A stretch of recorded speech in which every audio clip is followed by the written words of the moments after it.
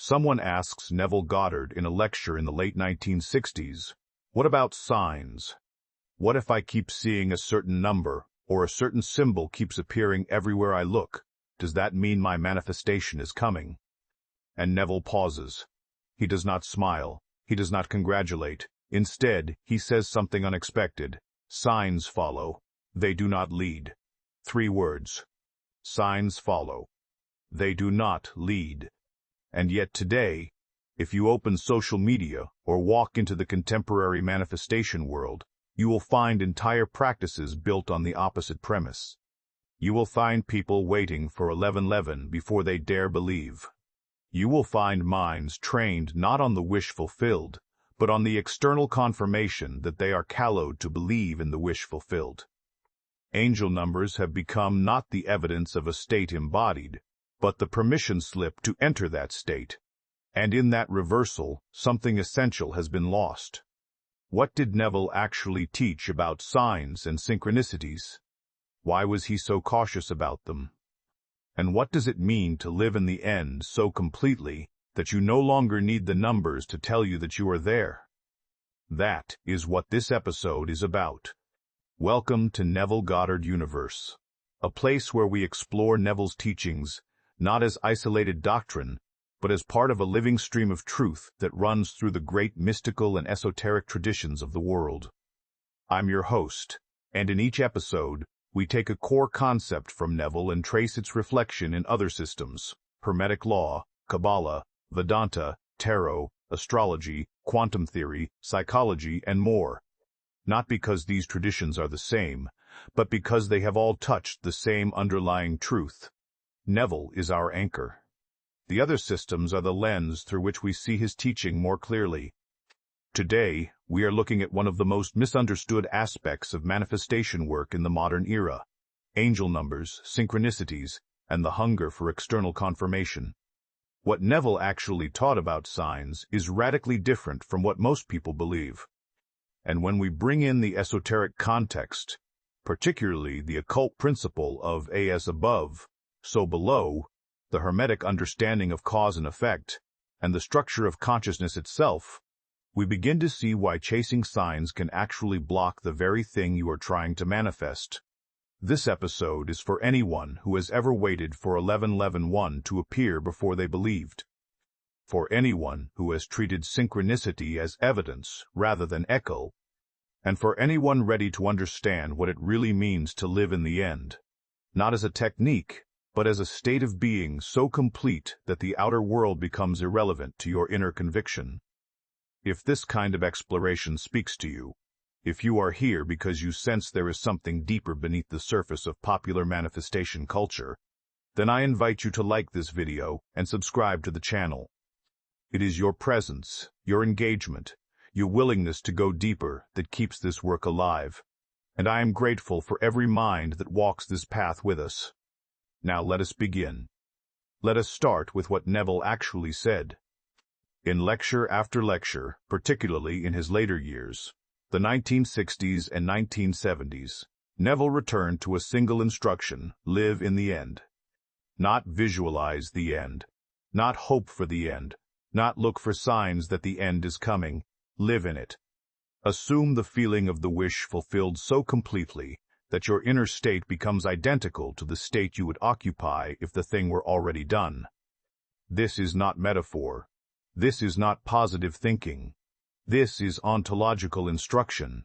Neville is telling you that consciousness is the only reality, and that the outer world, including all signs, all synchronicities, all angel numbers, is the effect of your state of consciousness, not the cause of it. In Feeling is the secret, Neville writes. The world is yourself pushed out. Ask yourself what you want and then give it to yourself. Do not question how it will come about. Just go your way, knowing that the evidence of what you have done must appear, and it will. Notice the sequence. You give it to yourself first. You do not wait for the world to give you permission. You do not scan the outer world for evidence that it is safe to assume the wish fulfilled. You assume it. You give it to yourself in consciousness. And then, only then, does the evidence appear. Now let us bring this into the realm of signs and synchronicities, because this is where the teaching gets misunderstood. Neville did not say that synchronicities do not happen. He did not say that you will not see repeating numbers or encounter strange coincidences. In fact, he acknowledged that you will. But he was absolutely clear about their function. Signs follow. They do not lead. A sign is not proof that your manifestation is coming. A sign is not a message from the universe telling you that you are on the right path. A sign is the shadow cast by a state you have already assumed. It is the outer echo of an inner fact. And if you mistake the echo for the voice, if you treat the shadow as the substance, you reverse the entire causal order. And in doing so, you lock yourself outside the very state you are trying to enter. Let me give you a concrete example, drawn not from Neville's lectures, but from the logic of his teaching. Imagine a woman who desires to be in a relationship with a specific person. She has heard about manifestation. She has heard about signs. So she begins to look for signs that it is working. She sees 11:11 on the clock. She takes a breath of relief. It is coming, she tells herself. The next day, she sees 2:22. She feels hopeful again. But then a day passes with no numbers. She panics. Did I do something wrong? Is it not working? What has happened here? She has made the numbers the cause of her state. She has made the outer world the authority over her inner reality. And because the numbers come and go, because they are intermittent and unreliable, her state becomes intermittent and unreliable. She is not living in the end. She is living in the hope of the end, and she is using the numbers to justify that hope. But hope is not the state of the wish fulfilled. Hope is the state of the wish not yet fulfilled. And as long as she is in that state, that is what the world will reflect back to her. Neville would tell her, stop looking for the numbers. Stop waiting for the sign. Go directly to the end. Assume the feeling of being loved, of being chosen, of being in the relationship now. Live in that state. Saturate your consciousness with it. And when the numbers appear, and they will, because the outer world must conform to the inner, let them be what they are, a pleasant confirmation, a harmless decoration, but never the foundation of your faith. Signs follow. They do not lead. This is the principle. And it is rooted in something deeper than manifestation technique. It is rooted in the nature of consciousness itself. Neville taught that consciousness is cause. The outer world is effect. This is not a belief. This is not a philosophy you adopt if it feels good. This is, according to Neville, the fundamental structure of reality. You do not create with consciousness. You create as consciousness. The world you see is not happening toward you. It is happening from you. It is yourself pushed out.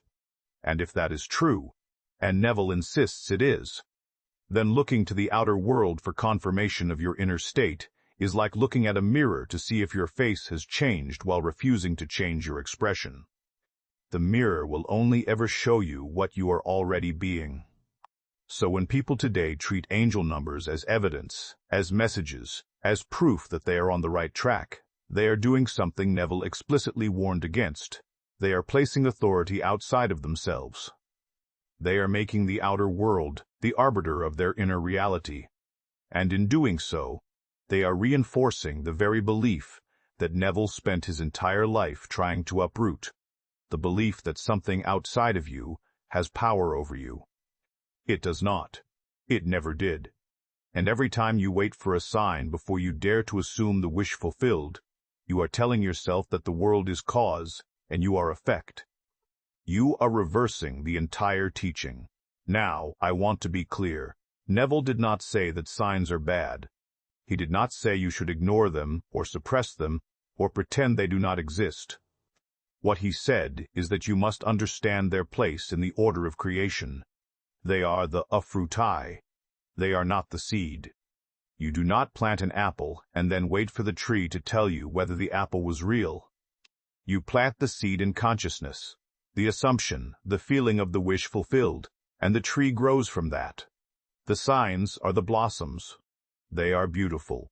They are welcome. But they are not the cause of the tree. The tree is the cause of the blossoms.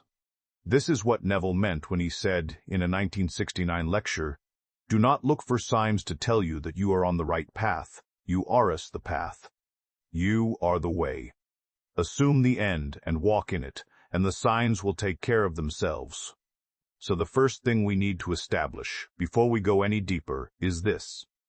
If you are using angel numbers as permission slips, if you are waiting for synchronicities before you dare to believe in your manifestation, you are not practicing Neville's teaching. You are practicing something else. And that something else may feel comforting. It may feel spiritual. It may feel like you are being guided. But it is not living in the end. It is living in the hope of external validation. And that state will never produce the wish fulfilled, because it is not the state of the wish fulfilled. That is the first layer. Now let us go deeper. Now we bring in the esoteric context, and here is where the picture becomes even clearer. In the Hermetic tradition, the lineage that runs through ancient Egypt, through the Corpus Hermeticum, through the Kabbalion, and into Western occultism, there is a foundational principle known as the principle of cause and effect. The Kabbalion states it this way: every cause has its effect. Every effect has its cause. Everything happens according to law. Chance is but a name for law not recognized. At first glance, this might seem like a deterministic statement, but the Hermetic understanding of cause and effect is not mechanical. It is psychological. The real cause is always consciousness. The real effect is always the outer manifestation. And the master, the one who understands the law, is the one who operates at the level of cause, not effect. What does this mean in practice? It means that the outer world is always effect. Signs, synchronicities, angel numbers. These are all effects. They are not causes. They do not make things happen. They show you what has already happened in consciousness. And if you try to use them as causes, if you say, "I will believe when I see 1111, or this synchronicity means my manifestation is coming," you are operating at the level of effect, and you are trying to make effect into cause. You are reversing the polarity. And when you do that, you lose your power. The Kabbalion goes on to say, the masses are moved by their moods, feelings, and desires, which are effects. The master rises to the plane of cause and becomes a conscious creator. Neville says the same thing in different words. He tells you, do not be moved by what you see. Do not let the outer world dictate your inner state. Assume the state. Become the state. Live from the state, and the outer world will conform. This is the distinction between the one who waits for signs and the one who creates from cause. The one who waits is still in the realm of effect. The one who assumes is in the realm of cause. Now let us look at this from another angle, because the esoteric traditions give us a richer vocabulary for understanding what is happening when we chase signs.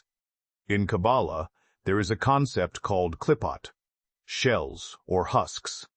These are the outer forms that conceal the inner light. In psychological terms, klippot are the external appearances that we mistake for the reality itself. When you focus on angel numbers as if they are the source of your power, you are focusing on the klippot. You are focusing on the shell. The real power, the real light, is in your consciousness, in your assumption, in your state.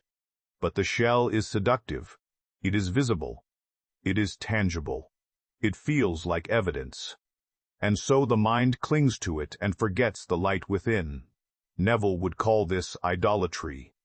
Not in a religious sense, but in a psychological sense. You are worshipping the outer. You are giving power to form instead of consciousness. And the moment you do that, you lose access to the creative power that is your birthright. The Hermetic tradition also speaks of the principle of correspondence. As above, so below, as within, so without. This is not a poetic metaphor. This is a statement of causal structure. The outer world corresponds to the inner world.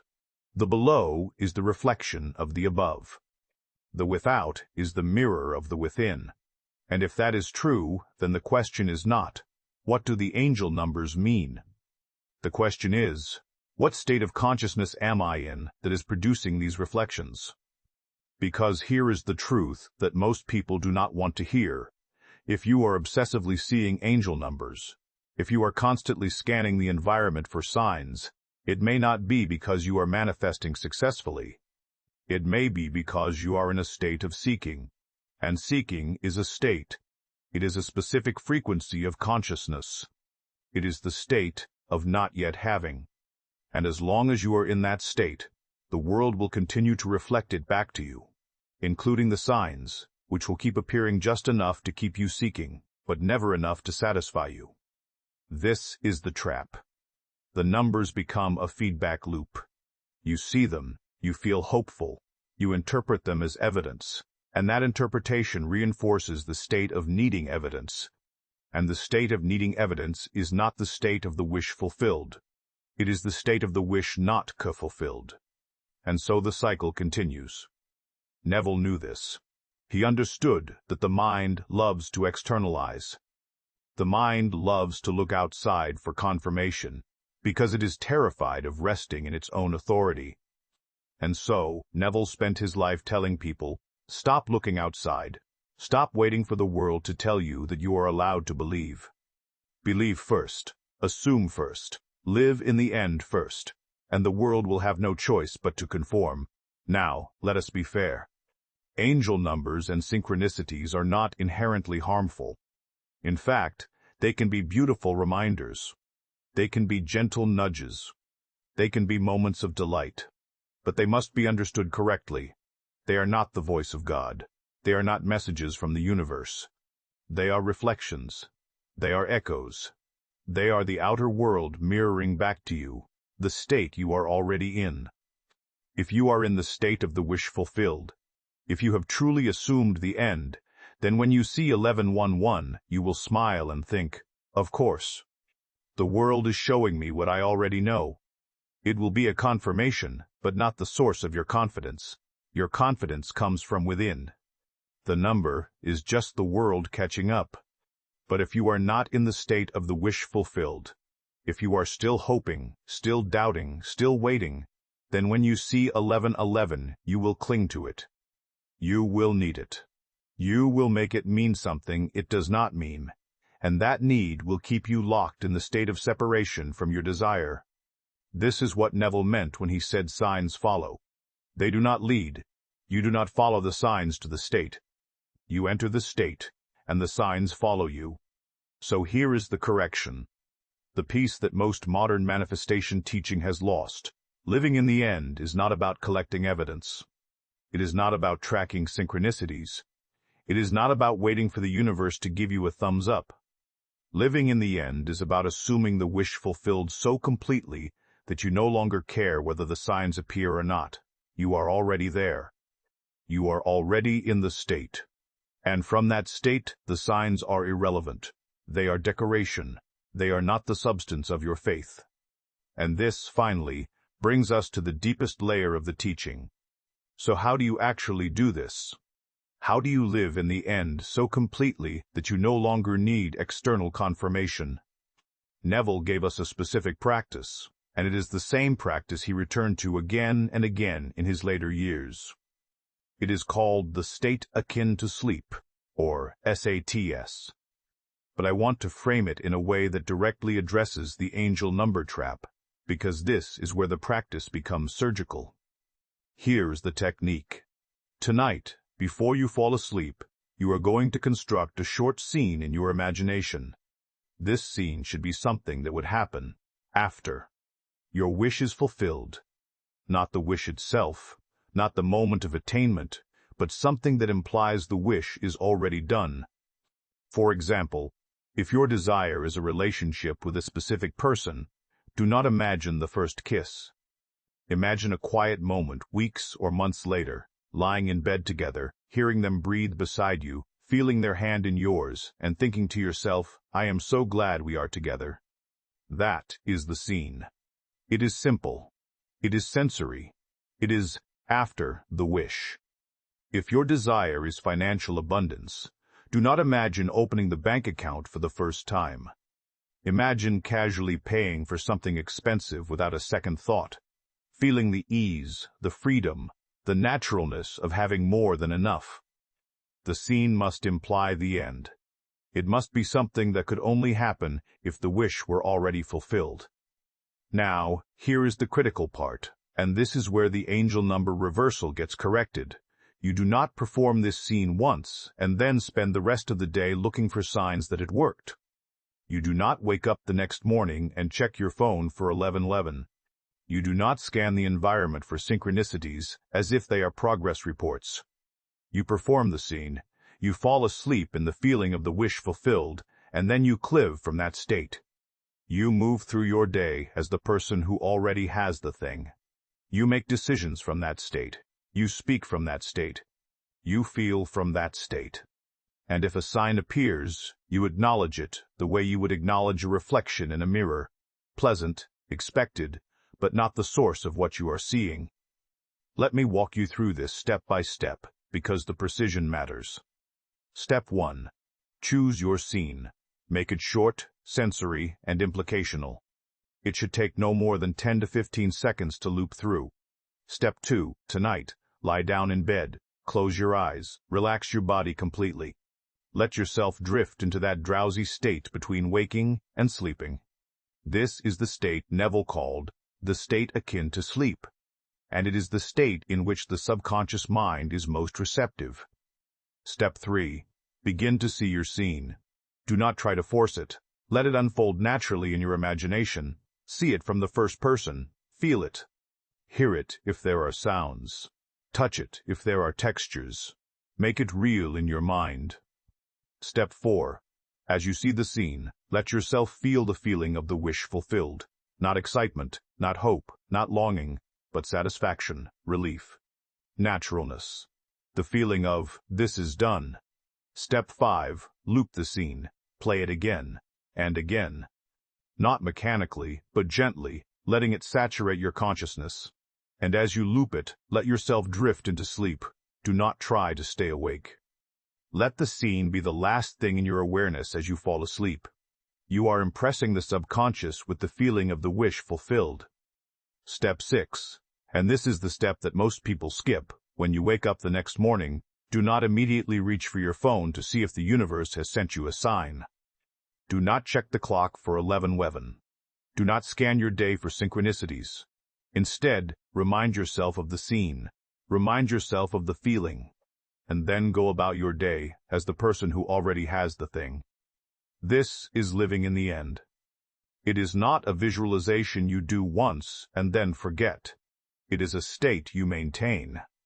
And the way you maintain it is not by collecting evidence, but by repeatedly returning to the feeling, the assumption, the inner conviction that it is already done. Now, what happens when you do this correctly? The outer world begins to conform.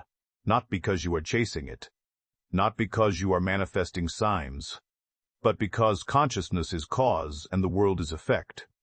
Your state shifts, and the world shifts to match it. And yes, you will see synchronicities. Yes, you may see angel numbers. But they will not feel like evidence you need. They will feel like echoes of a truth you already hold. This is the difference. This is the distinction that changes everything. When you are chasing signs, you are in the state of lack. When you are living in the end, you are in the state of fulfillment. And the state you are in is the state the world must reflect. So the practice is simple. Do the scene, feel the feeling, live from the state, and let the signs take care of themselves. Now let us zoom out and ask the larger question. Why does this matter? Why does it matter that we understand the correct relationship between inner state and outer sign? Because this is not just about manifesting a specific desire. This is about understanding who you are. Neville taught that you are not a body in a world. You are consciousness, and the world is your body. You are not a fragment of the universe. You are the universe becoming conscious of itself. And when you truly understand that, when you truly live from that understanding, the need for external validation disappears entirely. The hunger for angel numbers, for synchronicities, for signs. This is the hunger of the separated self.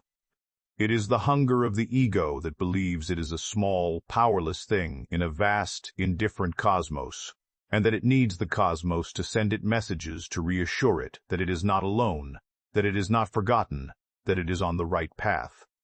But Neville tells you, you are not separate, you are not powerless, you are not forgotten, you are the path, you are the way. You are the presence of God in human form, and the world you see is the world you have created from within. This is not metaphor. This is not affirmation. This is the deepest ontological truth that all the mystical traditions point toward. In Vedanta they call it tat tivam ashis. Thou art that. You are not separate from the divine. You are the divine expressing itself as you. In Kabbalah, they speak of the divine name within every human being, the Yod-He-Vav, Ha-Ha, that lives in your very breath. In Hermeticism, they teach that the all is mind, and that you are a center of consciousness within the infinite mind, creating your world through the focus of your attention and the quality of your assumption. Neville says it in the plainest possible English: you are God, you are the operant power, the world is yourself pushed out. And if that is true, then why would you wait for a number on a clock to tell you that you have permission to believe in your own creative power? Why would you treat a synchronicity as if it were more real, more authoritative, more trustworthy than your own assumption? The truth is that you would not, unless you had forgotten who you are, unless you had fallen back into the ancient illusion of separation, unless you had made the outer world your God. And Neville spent his entire life calling people back from that illusion. He spent his entire life saying, turn within. Stop looking for authority outside yourself. Stop waiting for the world to validate you. You are the authority. You are the creator. Assume the wish fulfilled, and the world will have no choice but to conform. This is not arrogance. This is not narcissism. This is the recognition of the true nature of consciousness. And every great mystical tradition has taught the same thing.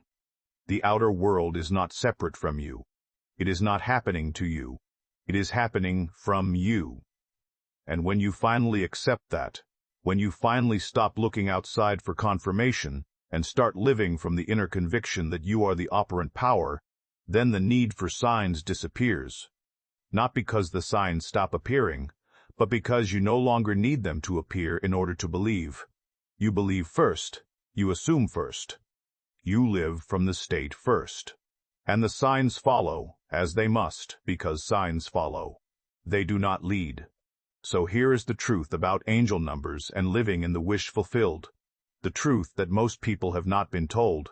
Neville did not teach you to chase signs. He taught you to embody the state. He taught you to live in the end so completely that the outer world becomes irrelevant to your inner conviction.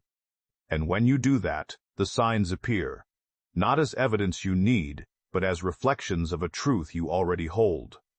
The misconception is that angel numbers are messages, that synchronicities are proof, that the universe is speaking to you through external signs. The correction is that the universe is not outside of you.